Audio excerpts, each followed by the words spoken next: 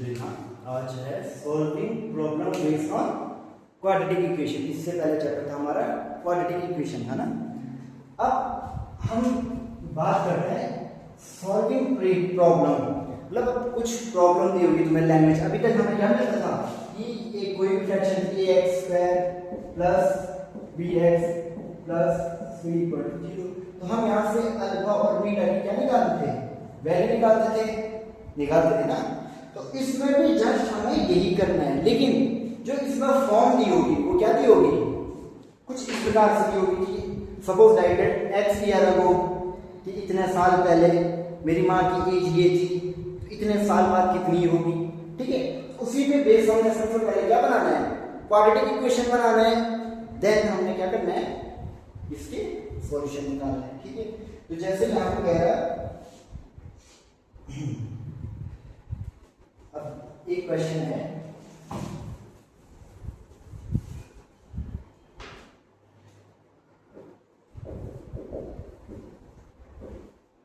Find two number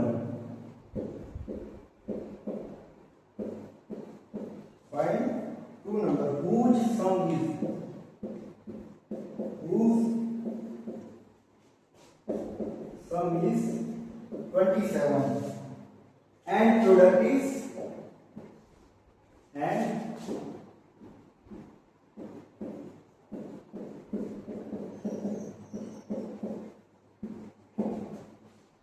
and product is 182।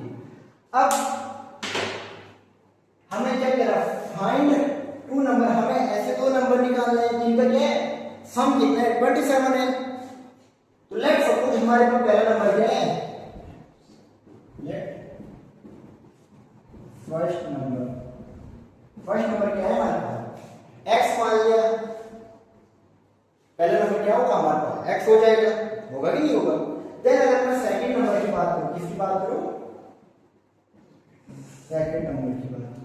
Second number क्या हो जाएगा हमारे पास,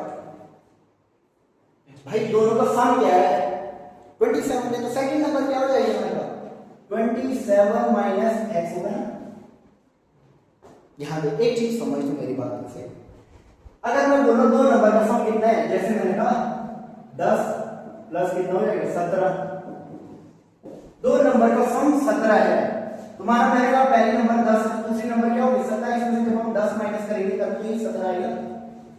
तो यहाँ पे भी मैंने वही कहा कि अगर पहला नंबर x है तो दूसरा नंबर क्या होना चाहिए, 27 माइनस x होना चाहिए कि नहीं होना चाहिए। मैंने कहा सपोज दैट दो नंबर ये 10 और 17 है, तो दोनों का सम क्या है 27 है। तो मैंने कहा पहला नंबर 10 है तो दूसरा कैसे निकालेंगे, 27 में से 10 माइनस करेंगे।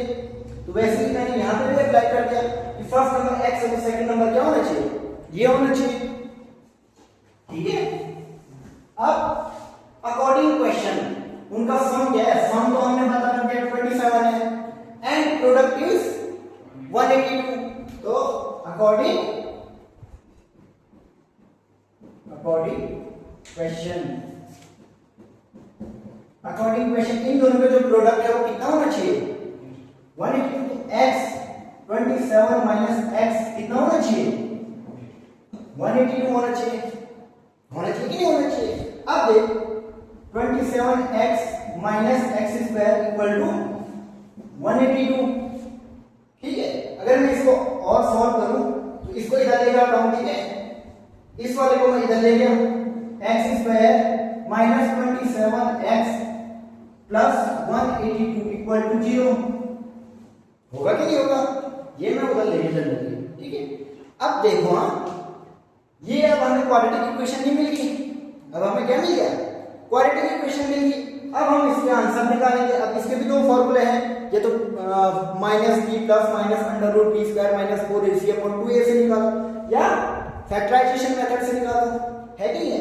अगर मैं इसका आंसर किससे निकालता हूँ, फैक्टराइजेशन मेथड से निकालता हूँ, तो क्या मैं इसको ऐसा लिख सकता हूँ x स्क्वायर माइनस, अब हमें 27 के ऐसे फैक्टर करना है कि कितना है 182 के ऐसे फैक्टर करना है कि प्लस माइनस करके 27 आए।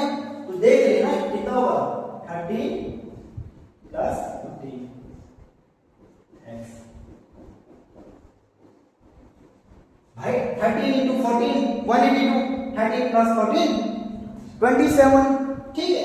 अब देखो x square minus 13x plus minus का minus 14x plus 182 equal to 0।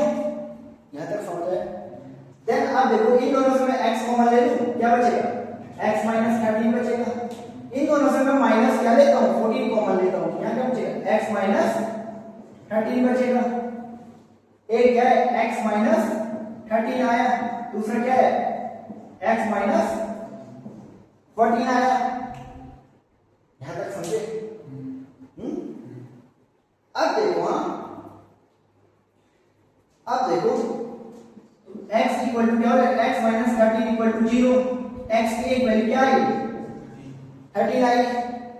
n दूसरी वैल्यू क्या आ जाएगी? x minus 14 equal to 0। x की दूसरी वैल्यू क्या आ जाएगी? 14 आ जाएगी। तो भी दोनों वैल्यू 14। अब हम इसको यहां पर रखेंगे तो ये भी सेटिस्फाई होगा, दोनों का सम क्या होगा? 27 होगा और प्रोडक्ट 182 होगा। ठीक है, उतारो इसको।